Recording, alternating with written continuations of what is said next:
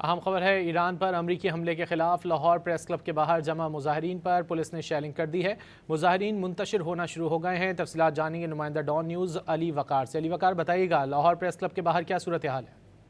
جی بالکل، اس وقت بھی لاہور پریس کلب کے باہر جو ایران کے سپریم لیڈر ہیں آیت اللہ خامنہئی، ان کی شہادت کے بعد ان کے چاہنے والوں کی سینکڑوں کی تعداد، مرد، خواتین، بچے، بوڑھے، بزرگ سبھی موجود ہیں۔ اب سے کچھ دیر پہلے یہاں پر مظاہرین جو ہے وہ پرامن طریقے سے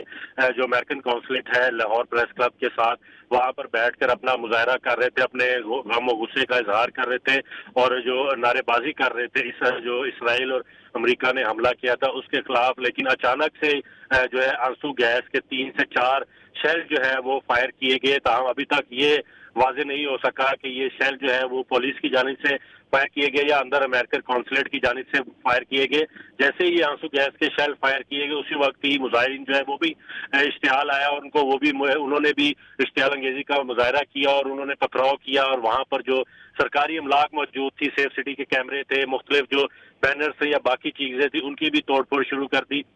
میڈیا کے نمائندوں کے ساتھ بھی ان کی جو ہے وہ تلخ کلامی ہوئی کہ وہ اس سارے واقعے کی جو ہے وہ فوٹیج مت بنائے۔ تاہم جو ہے اب جو ہے سچویشن کنٹرول میں آ چکی ہے۔ D I G operation Faisal Kamran جو ہے وہ موقع پر پہنچ چکے اور انہوں نے مظاہرین کے ساتھ جو ہے وہ بات چیت کی ہے، مذاکرات کیے اور ان کو کہا ہے کہ اب وزیر اعلیٰ پنجاب کی جانب سے بھی احکامات جاری کر دیے گئے ہیں، پولیس اور انتظامیہ کو وہ کسی بھی صورت طاقت کا استعمال جو ہے وہ مظاہرین کے خلاف نہیں کریں گے۔ انہوں نے یہ ہدایت دی ہے کہ عزت اور احترام کے ساتھ مظاہرین کے ساتھ پیش آیا جائے، یہاں تک کہ جو افطار ہے وہ بھی اس کا بندوبست جو ہے وہ حکومت اور ضلعی انتظامیہ جو ہے وہ مظاہرین جہاں جہاں پر بھی موجود ہے ان کے لیے کرے گی، جس کے بعد اس وقت سچویشن جو ہے وہ نارمل ہونا شروع ہو گئی ہے اور مظاہرین پھر جو ہے وہ پریس کلب اور جو امریکن قونصلیٹ ہے اس کے باہر بڑی تعداد میں موجود ہیں، نعرے بازی کر رہے ہیں، اپنے جو مختلف جو ترانے ہیں اپنے جذبات کو بڑھانے کے لیے وہ وہاں پر چلائے جا رہے ہیں، بینرز اٹھا رکھے ہیں، پلے کارڈز اٹھا رکھے ہیں